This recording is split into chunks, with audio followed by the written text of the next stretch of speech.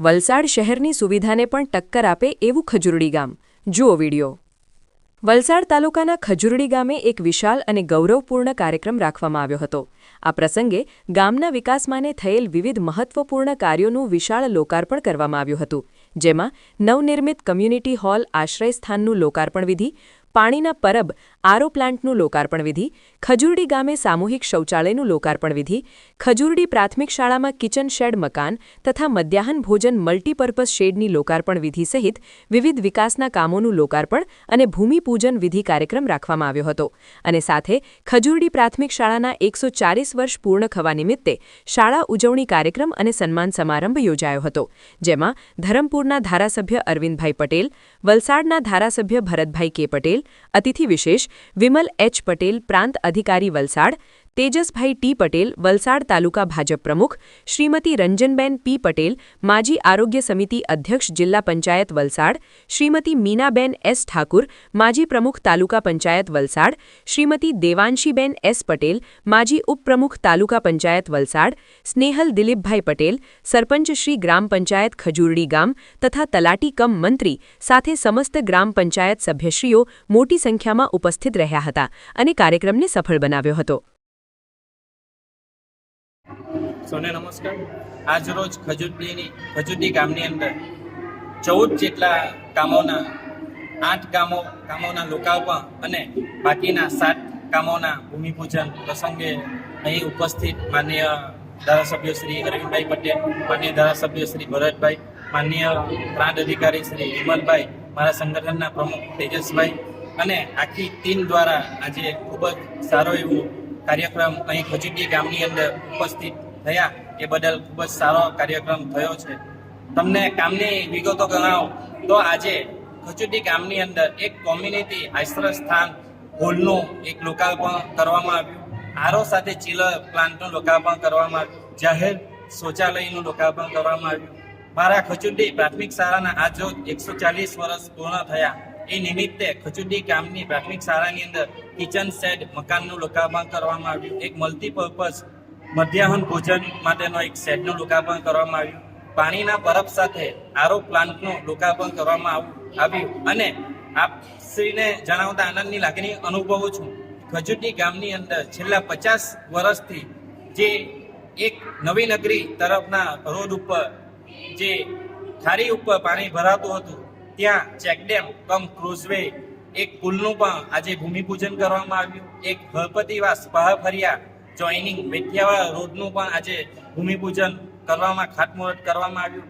એવી જ રીતે ગામની અંદર સીસીટીવી કેમેરા જે બાકી હતા એ ગામની એન્ટ્રી એક્ઝિટની અંદર સીસીટીવી કેમેરા, સ્ટ્રીટ લાઇટ તથા એક મંદિર પાસે હાઈમાસ ટાવરનું પણ આજરોજ લોકાર્પણ કરવામાં આવ્યું. અને વન વિભાગ દ્વારા ખજુરડી ગામને સુશીપટ કરવા માટે 10,000 થી 15,000 રોપાઓનું રોપાણ પણ ગામની અંદર ખૂબ જ મોટા પ્રમાણમાં કાર્ય ચાલી રહ્યું છે.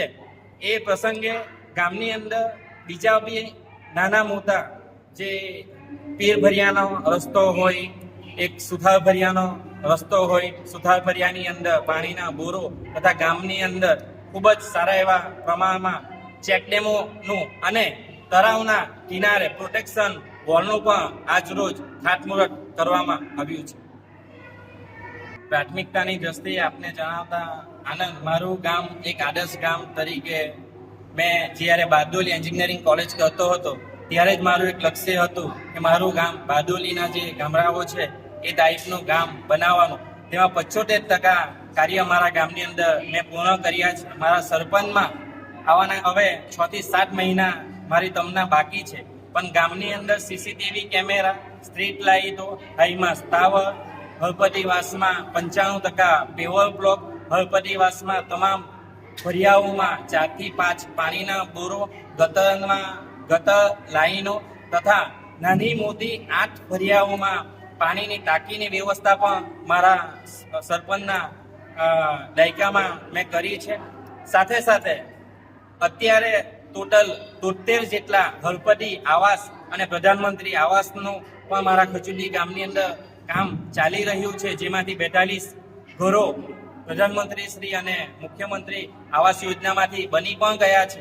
સાથે સાથે હવે એક મુખ્ય કામ મારા બાળકોને, મારા ક્રિકેટ પ્રેમી જે ગામના ખેલૈયાઓ છે એમના માટે એક ભવાની તળાવ પાસે ખૂબ જ સારું એવું ક્રિકેટનો ગ્રાઉન્ડનો બેઝ પણ રેડી થઈ ગયો છે અને તે બનાવવાનું છે. અને આ મારું ખજૂરડી ગામ આખું ગામ વાઈફાઈ તરીકે જાહેર થાય એ વાઈફાઈની સુવિધા ગામની અંદર એક કરવાની બાકી છે. એ હું અગાઉના સમયમાં કરીશ. અને બાકી નાના મોટા જે કોઈ રસ્તાઓ બાકી છે અને બીજા એમ જોવા જાય તો કોઈ મોટા કામ બાકી નથી. સ્મશાન ભૂમિની અંદર પણ અત્યારે પ્રોટેક્શન વોલનું કામ ચાલી રહેલ છે. એટલે મોટે ભાગે ખજૂરી ગામનો વિકાસ થઈ ચૂક્યો છે. ખાલી એક વાઈફાઈ અને ક્રિકેટનું ગ્રાઉન્ડ એવી જ સમસ્યાઓ જે બાકી છે એ હું પૂર્ણ કરીશ. સમાજ છે એ ખૂબ જાગૃત સમાજ છે. એવા સમાજ સાથે આપણે બેઠા છે. મને પણ આનંદ થાય કેમ કે ભલે મારો વિસ્તાર નથી, પણ આ વિસ્તારમાંથી જ્યારે પાસ થાઉં છું, ખજૂરડીમાંથી પાસ થાઉં છું, ત્યારે મને ચોક્કસ આનંદ થાય કે ખજૂરડી ગામ, કેમ કે મેં તો કુંડી માવાનું ઘર હતું, ખજૂરડીનો વારંવાર આવતો હતો. પણ આજે જ્યારે પાસ થવાનું થાય ત્યારે એક આદર્શ ગામ તરીકે આપણે નજરમાં આવે એવું આ ગામ લાગે છે આપણને. કેમ કે બધી સુવિધા ઉપલબ્ધ, નાના બાળકોથી માંડીને મોટા બાળકો, સિનિયર સિટીઝનો માટે બેસવાની સુવિધા, બીજા જે આજે 1,07,00,000 રૂપિયાનું જે આજે લોકાર્પણ થઈ રહ્યું છે, ખરેખર એની સરકારના લોકોને અને એના નેતાગીરીને અભિનંદન આપવા ગતે. એમ કહેવાય ને, જેનું નેતૃત્વ સારું હોય, આપણા દેશના વડાપ્રધાન માટે કેમ આપણે ગૌરવ અનુભવીએ. કેમ કે નેતૃત્વ સારું હોય તો દરેક ક્ષેત્રમાં પ્રગતિ થાય છે.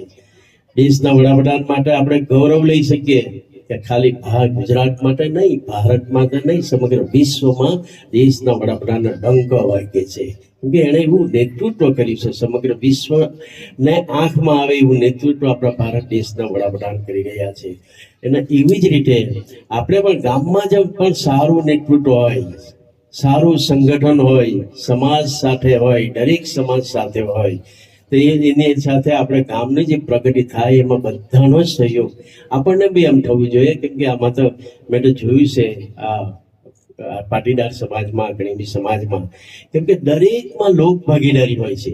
લોક ભાગીદારી એટલે આપણને દરેક કાર્યમાં દરેક વર્ક થતું હોય તેમાં આપણને અહેસાસ થાય કે આમાં પણ મારો હિસ્સો છે, મારી ભાગીદારી છે.